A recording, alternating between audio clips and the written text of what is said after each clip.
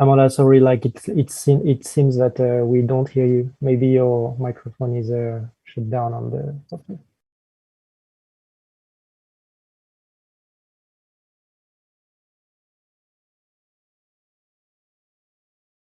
Yeah, it looks like we don't hear you.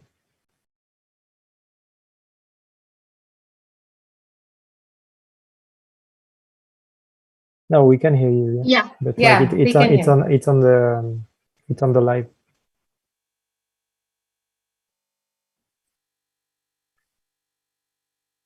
Looks like we hear me.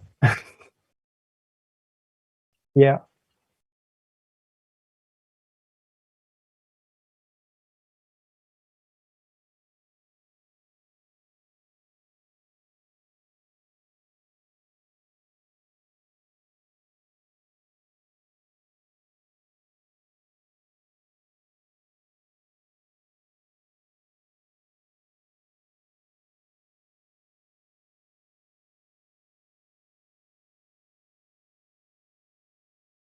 No, we are still do not hearing you.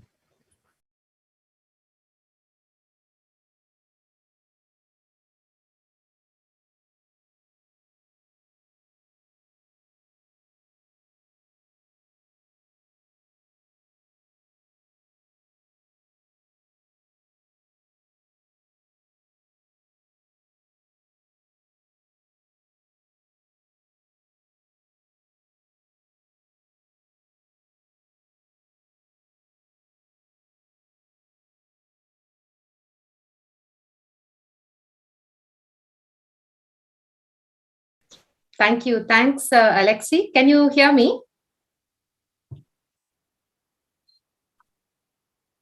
Am I audible, Alexi?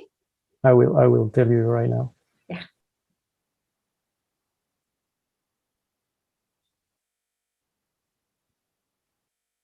It seems that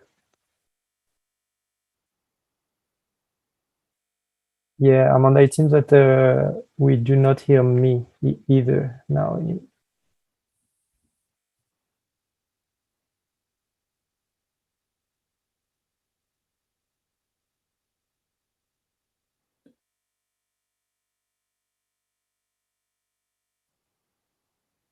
Go ahead, Kavita. I will tell you like the problem is that there is a little delay, so I cannot tell directly if people hear you or not. Yeah. So shall I just go ahead then? Yeah. Okay. Great. First of all, thank you so much, Amanda, Alexi, and Abby for this very kind invitation. We are very excited to be a part of this the Animal Behavior Live seminar series. I'm joined today by Manvi, who did her PhD with me on mosquito ecology and is now at the Nature Conservation Foundation. She's very excited to be studying anti-predator traits and also the impact of animal behavior and movement on population dynamics and applied problems like disease spread. So I'm just going to share my screen now.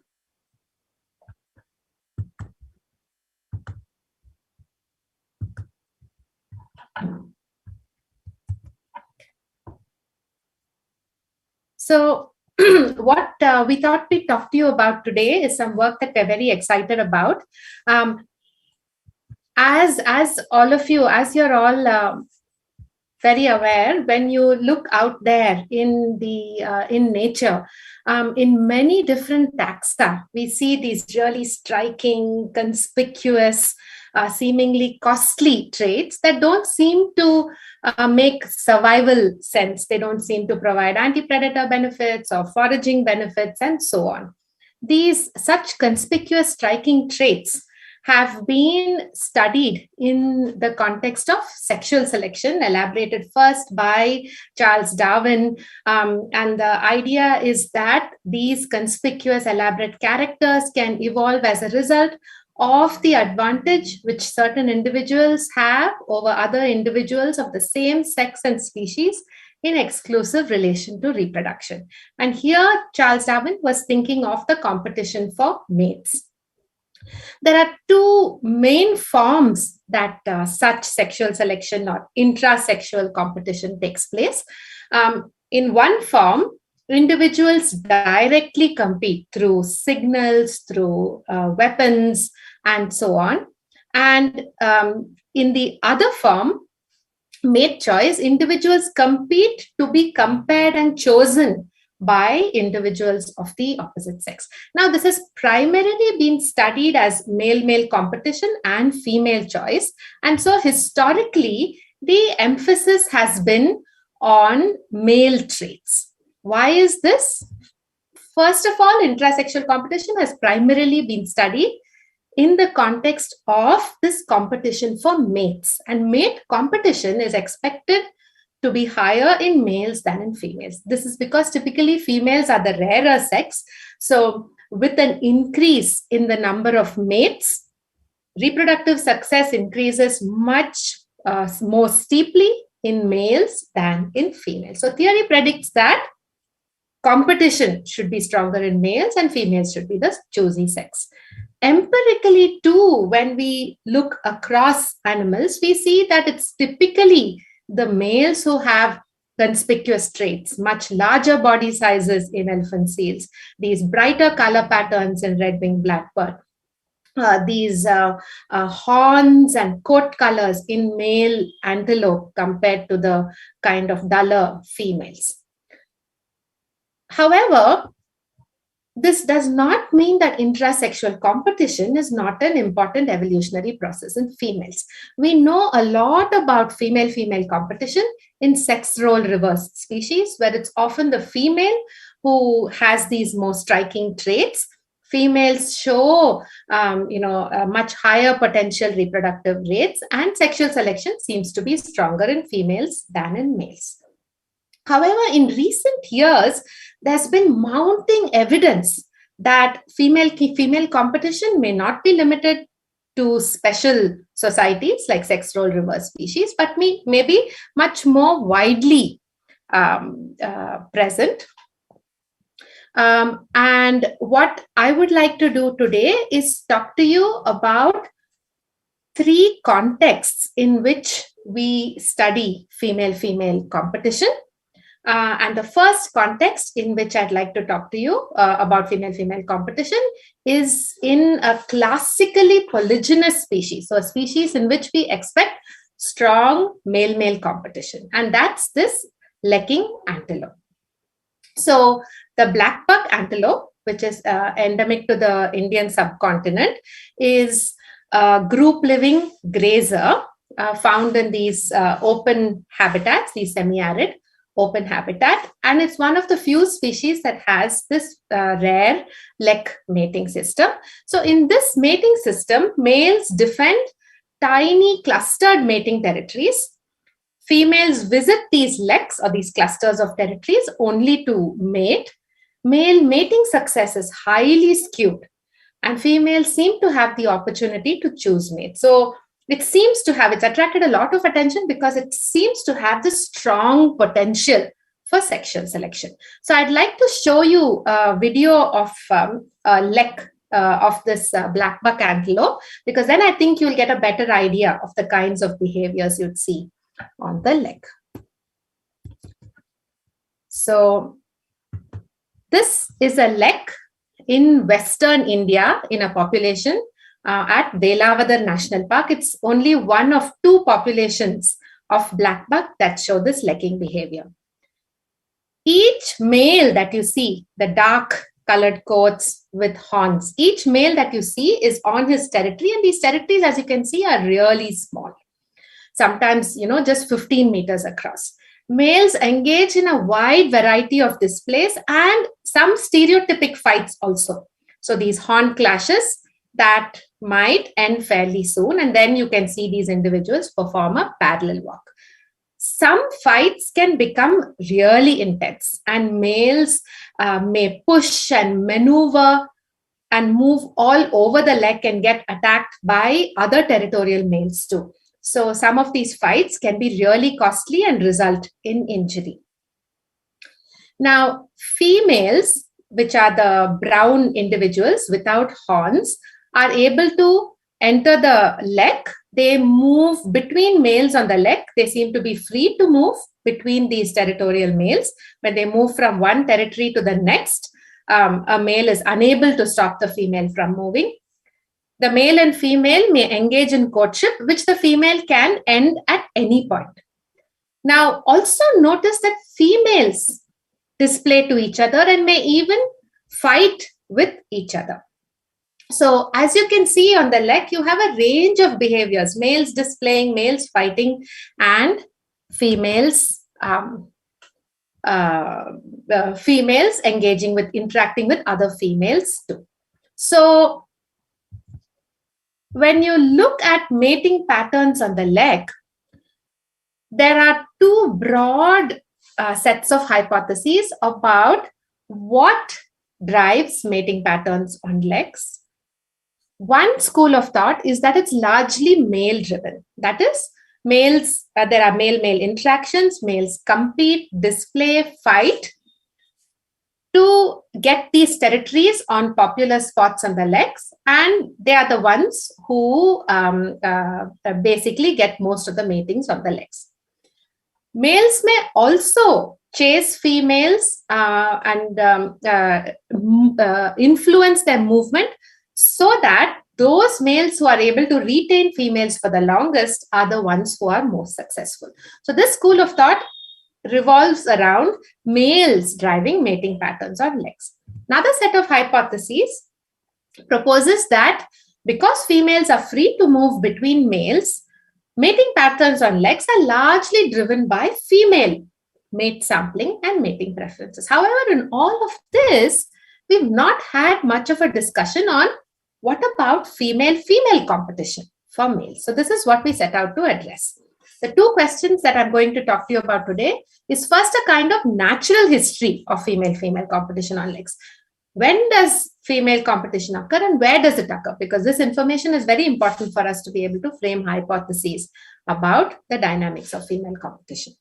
The second question is, what is the impact of such female-female competition on female movement and mating patterns? And also, male chases of females, which is really thought to be important on ungulate leks. How does female-female competition compare with male chases of females? So to address the first question, this is work that I did at Velavadar National Park in Western India.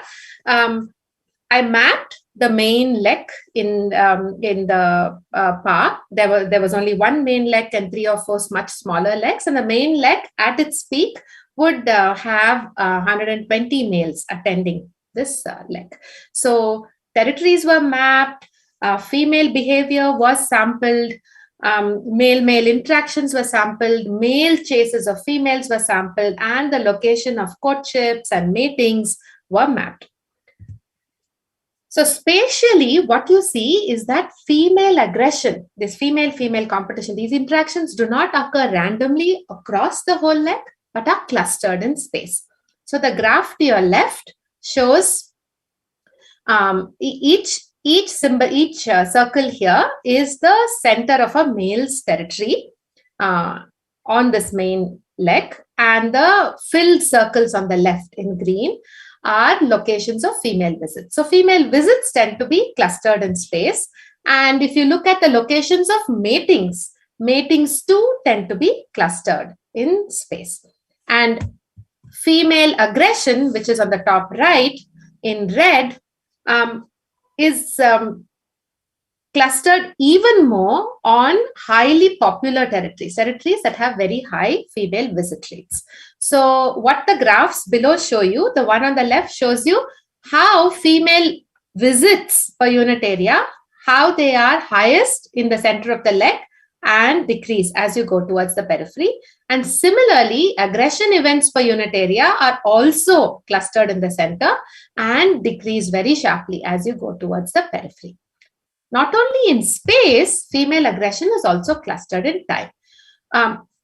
Black buck in this population showed 2 mating peaks, one from February to April and another one, which is the main mating peak during the year, and another one in September, October. So during the main mating peak, there is an increase as you look at days during the mating peak. Male numbers on the lek increase and then decline. Females begin to visit the lek a little after males do, and their visits are clustered even more. So the peak mating season is a very brief period, and that's when you see most of these aggression events. So the second question, so we know that aggression is clustered in space and in time. The second question that we wanted to look at was how does this female-female competition influence mating patterns? Now, a typical female visit to a lek, what happens is that a female enters the lek, she visits one or more males, she might start courtship with one or more males, but mates with only one male and typically leaves the lek soon after. So what I did was to follow a large sample of females. As soon as they enter the lek, record the characteristics, both male phenotype and the territory characteristics of each territory that she visited. If she began courtship, I recorded data on how long that courtship lasted, how many other females were there on that territory, whether those other females engaged in aggression with her, whether the courtship ended in a successful mating or not, what male intrusions were during the time that she was on a male's territory, and what the males displayed, the resident males display behavior was like. So if we then first focus on female movement, what influences female movement between territories? The most popular hypothesis for ungulate behavior is that it's largely driven by males chasing females. And a male who's able to keep out other males is able to successfully retain females and mate with them. So I first looked at whether female movement on territories is largely driven by male harassment, female aggression, or is it part of female mate sampling. So if you look at whether female moves from one territory to the next is consistently preceded by male harassment, no, only a very small proportion of such moves between territories is preceded by harassment. Similarly, female aggression also does not explain female movement between territories.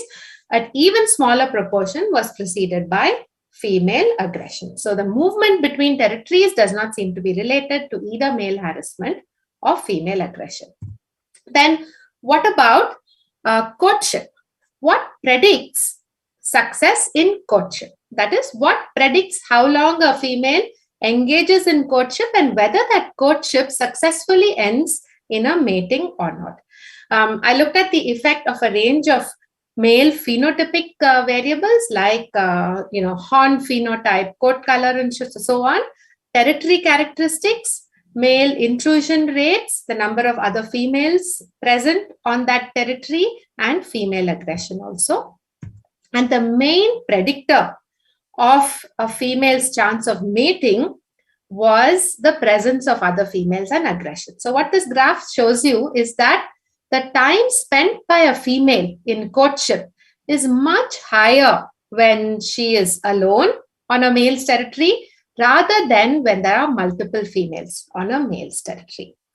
And this appears to be important because the probability of mating is highest when she is alone, and it drops dramatically when there are other females on the territory. And this seems to be related to female-female aggression, because as female aggression rates increase, the probability of mating decreases. So female aggression appears to disrupt courtship. So male harassment, interestingly, was not related to male or female mating success. So to put this together, female-female competition on leks was substantial, and this was very surprising because a lek mating system is seen as an extreme form of polygyny, where we expect strong male-male competition and female choice, and not much female competition at all. I also found that female-female competition can affect key stages in the mating process, suggesting that it can have a large impact both or female mating success and male mating success. We don't know why females compete. One idea is that this competition occurs on a select few male territories. So it's possible that if females are competing for a small subset of high quality males, and the time that the female is on the lek is very limited. She is receptive for 24 hours, and in that time, an even shorter period, when she actually leaves the herd, visits the lek and goes back, it's a very risky time because she's prone, she's can experience strong predation risk. And even if she misses this conception window, a female will be receptive again 2 weeks later. And this could be important because this is a monsoon-driven system, and the time of fawning or calving coincides with the monsoon. So it's possible that even though the lek is the strongly polygynous system, on select male territories, that operational sex ratio might actually be female biased in those short time windows when there are many females on the lek during this sharp mating peak. We also don't know much about how female-female competition compares with other sexual selection processes on leks compared to the traditional processes that have received a lot of attention, such as female choice and male harassment. So a lot of interesting questions for us to proceed with. Now, such strong female-female competition in a classically polygynous species, we've got evidence from another lekking antelope, the African antelope, the topi, where females compete aggressively for preferred males, and from a few other systems. So males have been shown to choose females with larger orange ornaments in the striped plateau lizards. So while there is now a lot of observations accumulating about how we see female-female competition in a wide range of species, what we lack is information on what kinds of traits are selected for during such female competition among females, either direct competition or kind of indirect competition through male choice. Are they similar? Is this process similar to what we know quite well from males? What are these competition strategies? What kinds of traits are involved? We were interested in addressing this gap and first surveyed the literature to try to get an understanding of what should we expect, what kinds of traits should we expect, how should competition act on females. And several key reviews showed that a wide range of species showed these weapons and ornaments, and there seemed to be fierce competition, and these seemed to be related to quality, and it seemed to show all the signals of classical sexual selection, except as various researchers discuss, competition among females does not really seem to be the classical competition for mates that you see in males, but rather this seems to be competition for breeding opportunities or for resources that could be important for their offspring survival and reproductive value. So which means that the form of competition among females and the kinds of traits that should evolve might be quite different. This kind of broader social competition was actually laid out very beautifully by Mary Jane Westerbehaar 40 years ago now. And the processes involved are very similar. So individuals compete directly for a resource or compete to be compared, to gain allies again in competition for a resource. The important part here is that this resource doesn't have to be mates.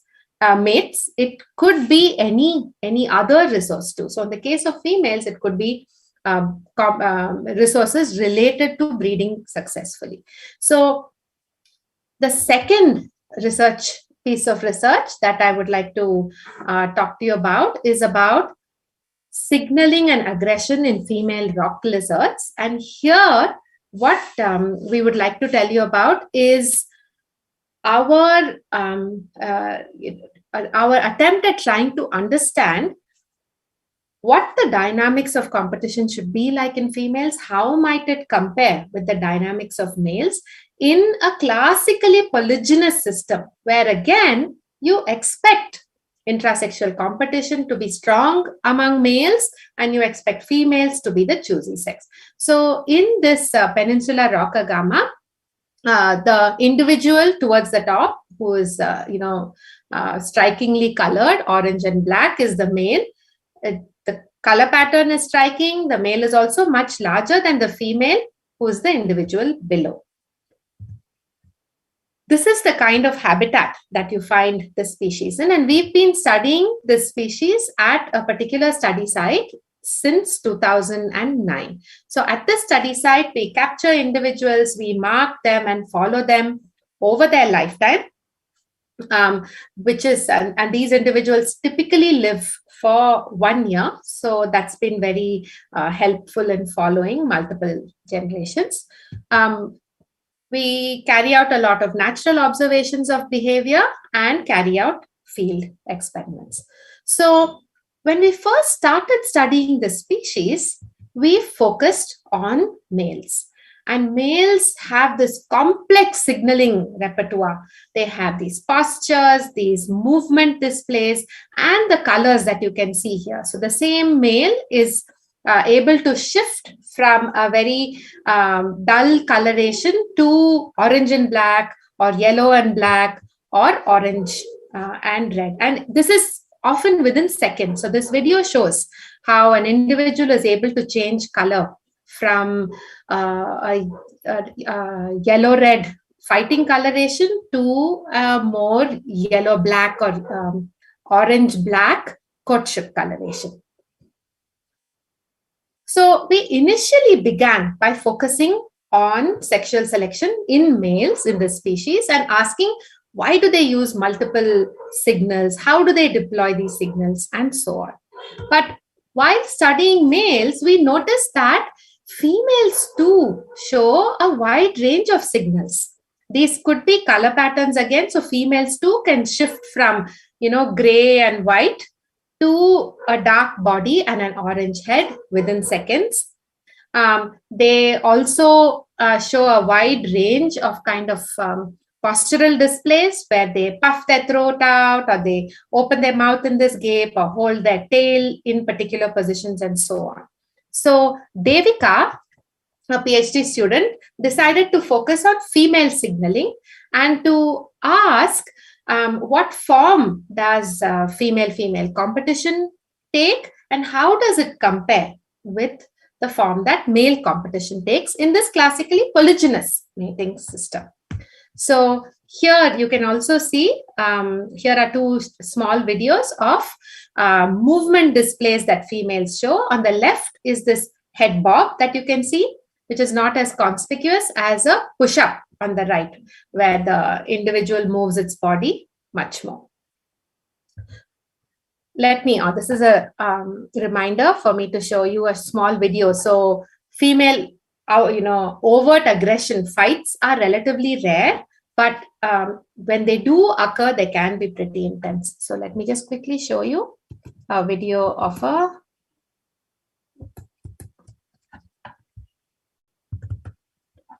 so it's extremely quick and extremely rare to see also. I'll just play that again.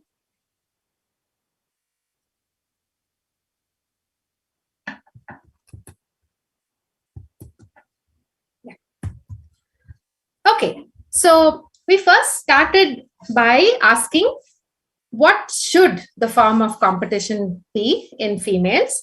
And as researchers had discussed before, there are likely to be fundamental differences in how intrasexual competition works in females. Why is this? Think about the benefits of intrasexual competition. this is likely to be long-term rather than immediate in females. That's because even if females fight for resources to say invest in eggs and so on, or even if they are fighting for access to particular males, females still have to survive to lay eggs. And in species, in this lizard, you don't see parental care, but in species with parental care, females have to survive to provide care too. Males, on the other hand, especially in polygynous species, get relatively immediate benefits. So, from winning in competition, males could get immediate mating benefits that can translate into reproductive success. If you look at the costs, with costs too, if males get injured during a fight, males can still reproduce. And where you have sperm storage, males could get fitness benefits even after death. Females, on the other hand, if they are injured, may not even survive to lay those eggs. And depending on their investment in competition, that might mean fewer resources into eggs, so it might affect the quality or the quantity of eggs or of offspring later on. So for these reasons, we predicted that generally conspicuous signals and aggression should be rare in females, and females should closely tailor their signaling and aggression to the level of threat. So to test this, what we did was we first mapped out where males and females were. And as you can see here, the red polygons are the home ranges of females, and the blue polygons are the home ranges of males. So in this polygynous species, males have larger home ranges that overlap multiple female home ranges. Females, on the other hand, avoid each other, are separated much more than our males, and have these perches on their home ranges. These spend a lot of their time on these perched on these rocks and boulders, and defend these rocks and boulders from other individuals. So a large part of the signaling that individuals do is from these perches on these rocks. This is where they broadcast signals to the larger neighborhood. So we compared the signaling and aggression during broadcast signaling with two other levels of threat, of competitor threat.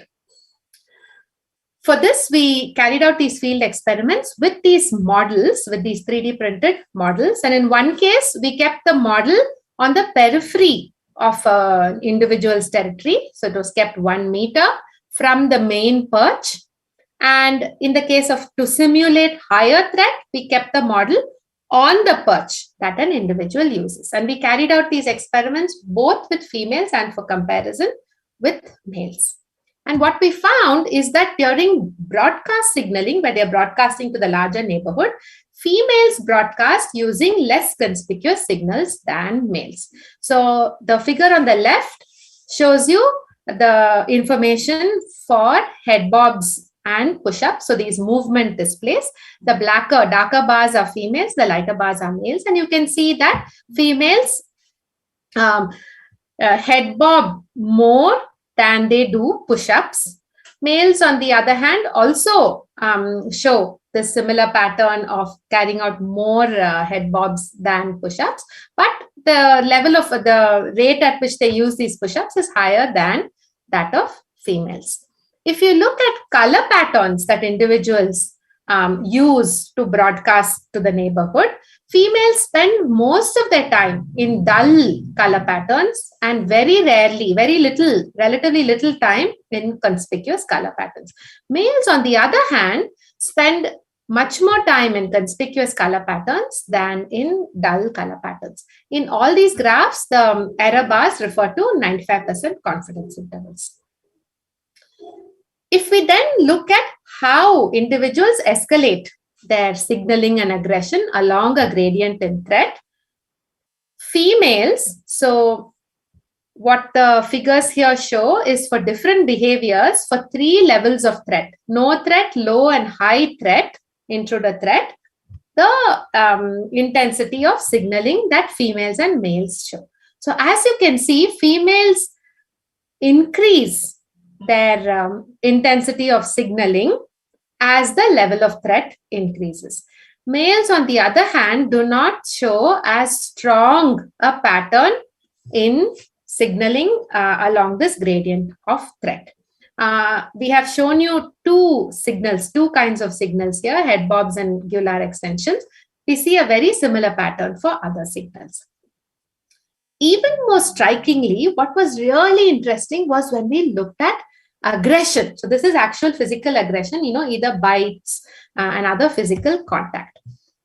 Females increase aggression substantially in response to the level of threat. So if you look at the two bars to the left, which are females, when intruders are present on the periphery of the territory, females do not show much aggression, but show much more aggression when they are presented with intruders on an attractive part of their territory, on their perch. Males, on the other hand, do not show much aggression at all, whether intruders are present on the center, in the periphery, or on the central part of their territory. So let me just quickly show you one of these interactions. So what this shows you is the model here, and a female showing a gape. And you can see she attacks the model, and again, head bob, gape, gular extension. So we've also found that females use a particular sequence of signals as they escalate along this gradient of threat, and typically culminate in this aggression, which males do not show.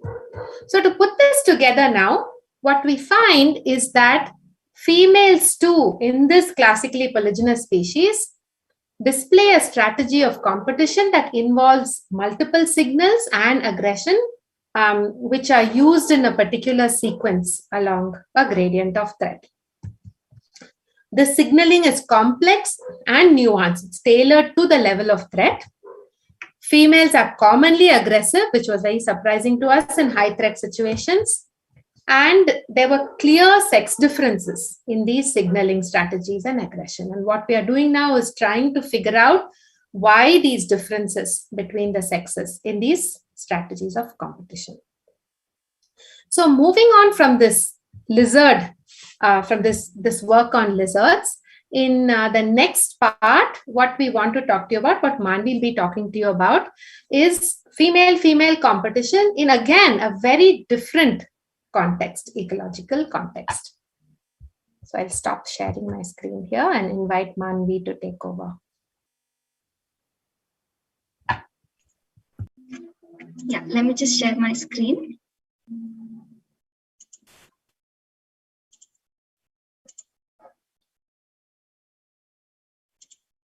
Yeah.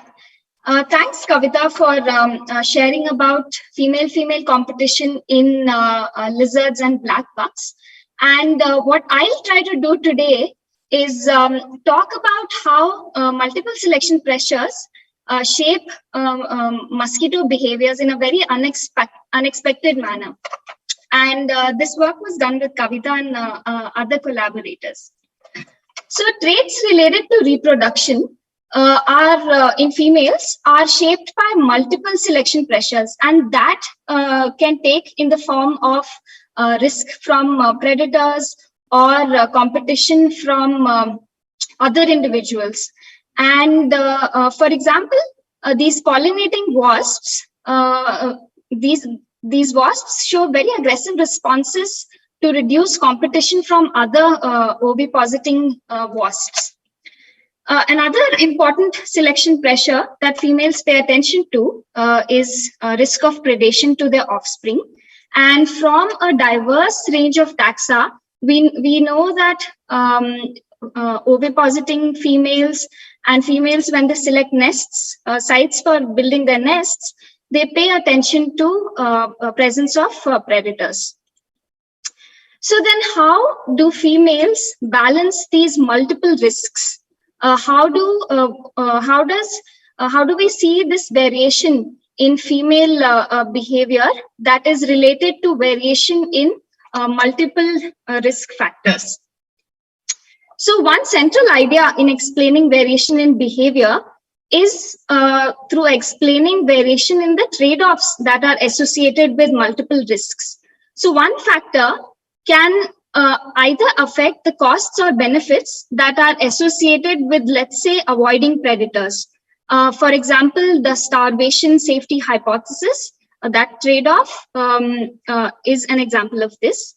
But what often happens is that animals are assumed to be balancing these trade-offs, and we really lack comprehensive measurements of these trade-offs a priori. And that is because measuring these trade-offs is difficult. For example, predation events are hard to record in many taxa, and the growth changes that happen in prey that are related to predators, that they happen on a much longer time scales, and hence it's difficult to record them.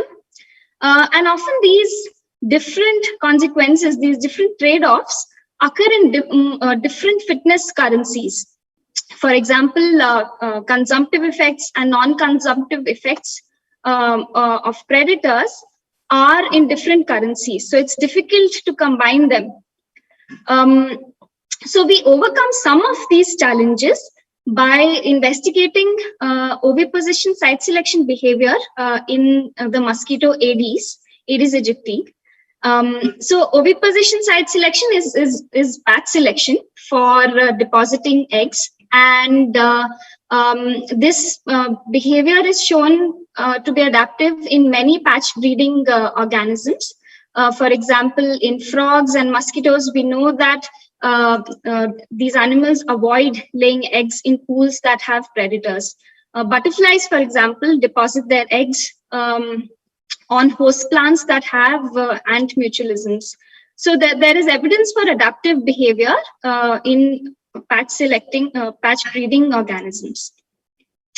So Aedes has a complex life history. These mosquitoes, they breed along, they lay their eggs along the walls of these ephemeral rock pools, tree holes, and other such ephemeral containers. And it is known that they do pay attention to predators of their offspring and competitors of their offspring when they are selecting sites for breeding. There is evidence to say that there is variation in Aedes site selection behavior. Some studies show that females might show a slight attraction towards predator pools, whereas other studies show that they are strongly repelled by pools that contain predators of their larvae. So we believe that by measuring the trade-offs along a gradient of predation risk, one can explain this variation in behavior. So we approach this by first measuring the fitness trade-offs that are associated with avoiding predators. And in a second step, we then ask if trade-offs, these measured trade-offs, can explain the variation in the female oviposition behavior that we see. So to measure trade-offs, we use the approach of measuring larval performance as a proxy for measuring fitness trade-offs of female decision-making. And we did that by measuring three fitness components: the probability of surviving, the development time of survivors, and wing length of survivors. And I'll explain how we did this using this following setup. So we had this experiment in the lab setup where we had artificial containers in which we added treatment larvae and predators in a factorial design with 4 levels of predator densities and 6 levels of larval densities. And these represented a wide range of densities that occur naturally for containers of pools of this size.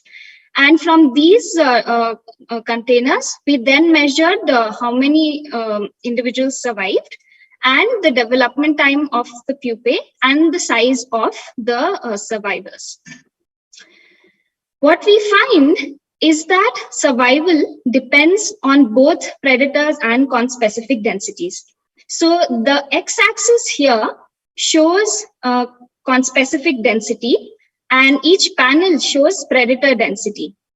So we find that in the absence of predators, probability of survival decreases with increasing conspecific density, but at intermediate and low predator densities, we find that probability of survival is higher in the presence of predator when conspecific densities is high. So there's some evidence for rescue effect that predators can provide from intense effects of competition. This effect was also seen in the second measure, which was development time. And we found that both female and male survivors had shorter development times when predator densities was higher. And this effect was most dramatic when conspecific densities were high. So the black dots are here are higher predator densities, and we can see that the development time here for both males and females was shorter at high conspecific densities. Similarly, we see a rescue effect in case of this third fitness component, which is the wing length of the survivors. And we find that, again, for both males and females, but more strongly for females, we find that at high conspecific densities, the wing length of survivors is larger when predators are present. So these three fitness components, we then combine them into a single fitness currency, which we call the grand offspring production rate, which is the product of probability of survival and a measure of fecundity, which comes from the wing length that we measured, and divided by the development time. So then we measured the complete trade-offs through this integrated measure, and this is what we find, that at higher densities of larvae, we might see a higher grand offspring production rate when predator densities are intermediate. And so we went out in the field to test in cases of high, when the mosquito population peaks, in those situations, then how do we see that these trade-offs can explain female behavior, oviposition behavior. So to do this, we ask whether female response varies along a gradient in larval predation risk, and whether that follows the complex trade-offs that we measured a priori. And to test that, we did binary choice experiments with females at different levels of predation risk. So let me just explain what we did. So we had 4 levels of treatment, of predator treatment, and each predator treatment was paired with a control pool. And we had 3 levels, and everything else about these containers was kept similar. And as predators, we used these nymphs of the granite coast dragonfly. Similar size nymphs were used, and these experiments were done in outdoor locations at our field site. So to measure female response, we laid out each container with egg strips, and eggs were collected on these egg strips, and each container was exposed for 15 hours during the period when mosquito oviposition peaks. And these eggs were then counted as a measure of female response, and we hatched these eggs for species identification, and we had alternated these different predator treatments over time to account for any temporal biases. So to measure female oviposition response, we calculated a commonly known index, which is called the oviposition activity index, which is the proportional difference in egg counts between treatments. And a negative OAI value means that predator pools are avoided, and a positive OAI value means that females prefer predator pools. So what we find that female responses are complex and they vary with predator treatments. So OAI was positive for low predator treatment, which means that females are attracted to low densities of predators. But at high densities of predators, this response switches and females are avoiding predator pools. And this response is much stronger because the absolute OAI values are larger than when compared to the attraction response. We also find that overall oviposition was reduced in high predator treatment. So they laid fewer eggs even in control pools that are paired with high predator densities. Another effect that we found in female oviposition was the neighborhood effect, which is that females were more likely to reject control pools that are paired with high densities of predators. So females, in some sense, are making decisions not just at the pool level, but at a larger neighborhood level. So just to bring it all together, so females, we find that females are attracted to low densities of predators, but at high densities, they strongly avoid predator pools. And our trade-off experiments, which we did before setting up these field experiments, help us in explaining that predators may provide this release from intense competition that females might, female larvae might, the larvae might experience. And the other thing that we find is that females can exercise choice in a multifaceted manner. They reduce the number of eggs laid, or they even reject otherwise favorable pools. And we find that female oviposition response, the variation in that is very striking, and explaining trade-offs a priori can help us explain this variation in female behavior. And we explain this by measuring predation risk and competition effects in a trade-off framework a priori.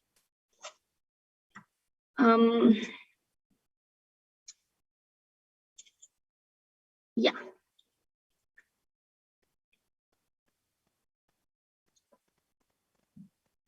So I'll stop sharing my screen now, and over to you, Kavita.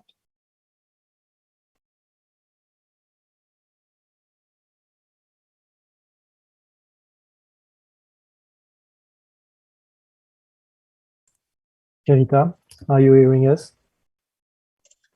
Kavita, you're on mute.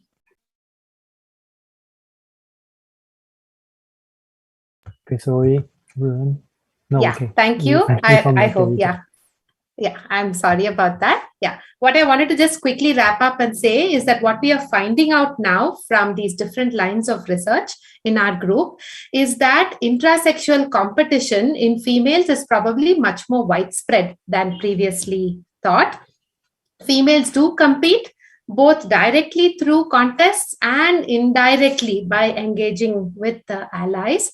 However, the form that this competition takes may not be in the same way as has been well laid out in males. The curious part is that females appear to be competing much more for breeding opportunities and for resources to invest in offspring, and also for offspring survival and reproductive value, rather than competing for mates. Whereas mate competition is probably dominant in males. Now, because of the biological differences and life history differences between males and females, we believe that the traits evolving through such female-female competition, through such intrasexual competition, is likely to be very different because of the differences in costs and benefits, the way they act on females versus males. We believe that conspicuous traits are likely to be rare or kind of rarely deployed, and rather we are likely to have much more nuanced interactions. There are many challenges ahead. Detecting social competition and traits evolving through social competition is likely to be difficult in females because theory predicts that it's likely to be cryptic. In the case of sexual selection in males for mates, the resource that they are competing over is very clear. Identifying what females are competing for is likely to be much more of a challenge. And finally, examining what the ecological and evolutionary consequences are of such social competition in females is an exciting line of research ahead. So with this, there are many students and researchers who contributed towards this research. There are collaborators we would like to thank, a wide range of funding agencies, forest departments, and institutions that helped with logistics. And thank you again for this very exciting opportunity to talk to all of you. And many thanks to the Animal Behavior Live seminar series. Thank you. Thank you, Kavita and Manvi, for your two very nice talks. I would like to start by apologizing again for the technical issue at the beginning. We will make sure to just include the information which were not audible inside the description of the video. Like this, everyone can access it watching in replay. So like we already received some question, and maybe some other will arrive while I'm asking it. So the first question is about the first part. It's coming from Said. So we'll just start by telling that it was a really interesting talk. And he said that he was wondering, have any acoustical signals to be used to establish their territory or competition among leks? Do they use sound to signal? Yeah, so in antelope and blackbuck do use acoustic signals. So they do have these calls that they make, but they don't seem to be as striking as visual signals and olfactory signals. So they also create these large scent marks with repeated urination and defecation on particular spots. And that seems to play a much larger role than the calls that males make. And these territories are also situated very close to each other. I hope that answered the question. I mean, I guess that Said will tell us like if you replied correctly to his question, but thank you for the answer. So just before to switch for a new question, I can already tell you that we received some message telling thank you for the talk, very interesting talk, thank you. Thank you. So like a second question is coming from Mariela, who would first say great talk. And she would like to know if male antelopes can exercise mate choice on the basis of a trait related to the female's competitiveness. Yes, that's an excellent question. And unfortunately, we don't have information from our system. So we do notice that when there are multiple females on a territory, males seem to direct their displays and courtship behavior towards particular females rather than to all females. So they do seem to discriminate, but what they discriminate based on, what cues they are using, unfortunately, we don't have information on that. Thank you for the answer. Then we have Erica with first telling that it was an amazing talk. So she said that looking your graph, it seemed to her that intrasexual variation in signals and aggression is higher in female lizards than in males. So she's asking, is that right? And do you think females vary more in their aggressive response? Yes, that's a very interesting question. So males and females both have a very large repertoire of signals and aggression. What we found in our particular experiment, where we varied the level of threat and then examined what males and females did, is that females showed a much stronger response with using many more signals and much more aggression than did males. However, what might be happening is that males and females may engage in competition very differently. So females are typically very territorial, they're avoiding each other. So when an intruder appears on a female's territory, the level of threat that poses might be interpreted quite differently for females than for males. Males have much more overlapping home ranges and are also signaling much more ordinarily in the broadcast signaling context, using colors and so on. So the way males compete may be very different, and therefore they may engage in aggression under a different set of situations. So in a separate set of experiments, we found that if an intruding male adopts strong courtship colors, meaning representing an immediate threat in terms of a fitness threat in terms of mating with a female locally, then males engage a lot in aggression. So the way competition works seems to be very different in females and males. Thank you for this answer. So we continue to receive some message. So we have Aline and Mariela who say thanks, really interesting, and thanks, amazing talk. So we just received a new question from Laura Ann. Who say, in general, do you think female competition is more due to competition for a territory, as it seems to be for your lizards, or for the males themselves, as it seems to be for the black duck? So I think the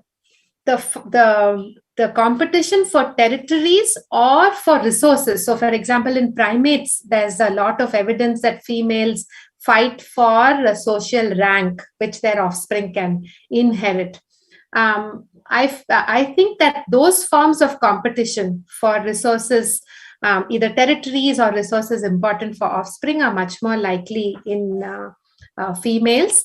However, we don't have enough studies, comparing what females are competing for, how much of this is mate related, how much of it is resource related. We need those studies. A lot of what we know about now are from these rare societies like cooperative breeding species like meerkats or eusocial species. That's where wasps and so on, like Manvi had mentioned, those are the systems where we know much more about female competition. Okay, thank you. We'll give a little bit more time, like maybe 1 minute for people if you have a last questions, and then we'll end with this last seminar of the year. So let's see if there are more questions. Okay, no, I think we won't have more questions. Thank you again, Kavita and Manvi. It was really interesting, and once again, sorry for the little issue at the beginning. That's the pleasure of live, unfortunately. So just to finish, I would like to make a reminder for all the community. So we'll have our annual conference in the 18th and 19th of November. So the abstract submission is closed, but the registration is still opened until the D-Day. So it's completely free of charge. So do not hesitate to register. It will be along two full days, just to allow every time zone to attend. And after, of course, you can watch everything in replay.